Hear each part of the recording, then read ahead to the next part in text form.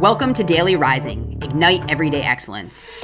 I'm Joan D'Amico, your mental performance mastery coach, here to bring you daily mindset and motivation strategies to fuel your success in every area of life. Get ready to ignite your excellence with today's show.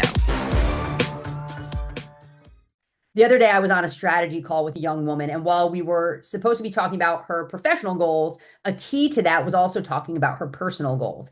And as we were talking about her personal goals, we came to her wanting to be healthier during the year.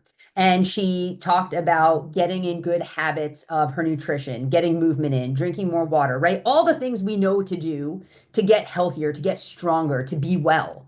And as we were talking about it, I asked her if she had a particular weight goal in mind. Was there an amount of weight she wanted to lose or a certain weight she was trying to reach on the scale? And she was really hesitant. She didn't want to put a number down. And we dug into that and I asked her why that was. And she said the previous year, while she did lose a little bit of weight, she did it really at the end of the year. And she felt like if she just did the right habits and she just did the things she was supposed to, the weight would come off and it would be a byproduct. And she's absolutely right. But I challenged her to come up with a number anyway and to also be flexible with that number, right? Weight can be a really tricky thing, especially when we're talking to women. We might have a particular number in mind, but that might not be our healthiest weight. We might not look our best there. We figure that as we get closer to it and maybe need to adjust as we go.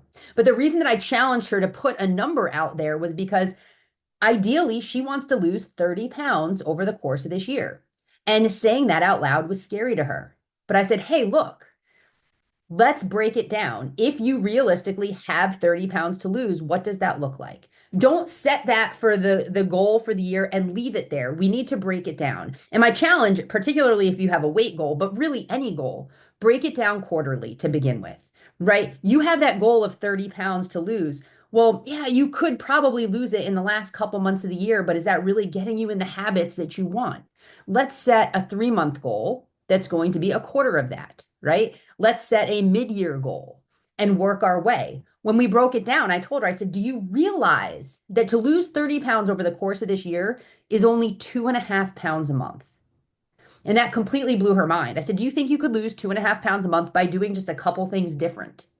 And she said, yeah, absolutely. I said, well, let's not break it down that way. Let's break it down quarterly.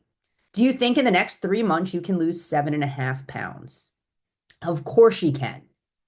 So the key, the emphasis is to focus on that process, but to not get really upset at the end of the month when you're only down 2.5 pounds. This is where people fall short on their goals. It's about being consistent, but being consistent over the long term, not getting to the end of the month and saying, man, I only lost 2.5 pounds. It wasn't worth it.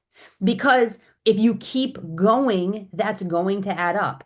I've had clients that have been super frustrated by the end of the month when they've only lost, quote unquote, 5 pounds. And I said, yeah, but do you realize if we keep doing that, suddenly in 3 months, you're down 15 pounds. How would that feel? If you can keep going long enough, you're going to reap the benefits of the work you're putting in. So I challenge you for whatever that goal is. If it's a monetary goal, if it's a weight goal, put a number on it and then reverse engineer it. Break it down quarterly so that you're not just trying to cram it all in at the end of the year, and then see what's possible. But the key is once you have the steps and the processes, you have to follow them, and you have to follow them long enough to see results. I can't wait to see where this young lady gets in the next 3 months, 6 months, 9 months, and then where she's at by the end of the year. Because I know that if she keeps putting in the small work, she makes those small, consistent changes day in and day out, she's going to get there with no problem. And it's not even going to feel like she was dieting or doing anything extreme. It just became part of her normal habit. And that's what I want for you. So go ahead and set the goal that might seem really big now, but once you break it down, it suddenly becomes more manageable. Thank you for listening to another episode of Daily Rising. If you enjoyed today's show, drop a review and share it with your friends. Don't forget to check the show notes for a recap of today's message, along with valuable resources and opportunities to connect further and ignite your excellence.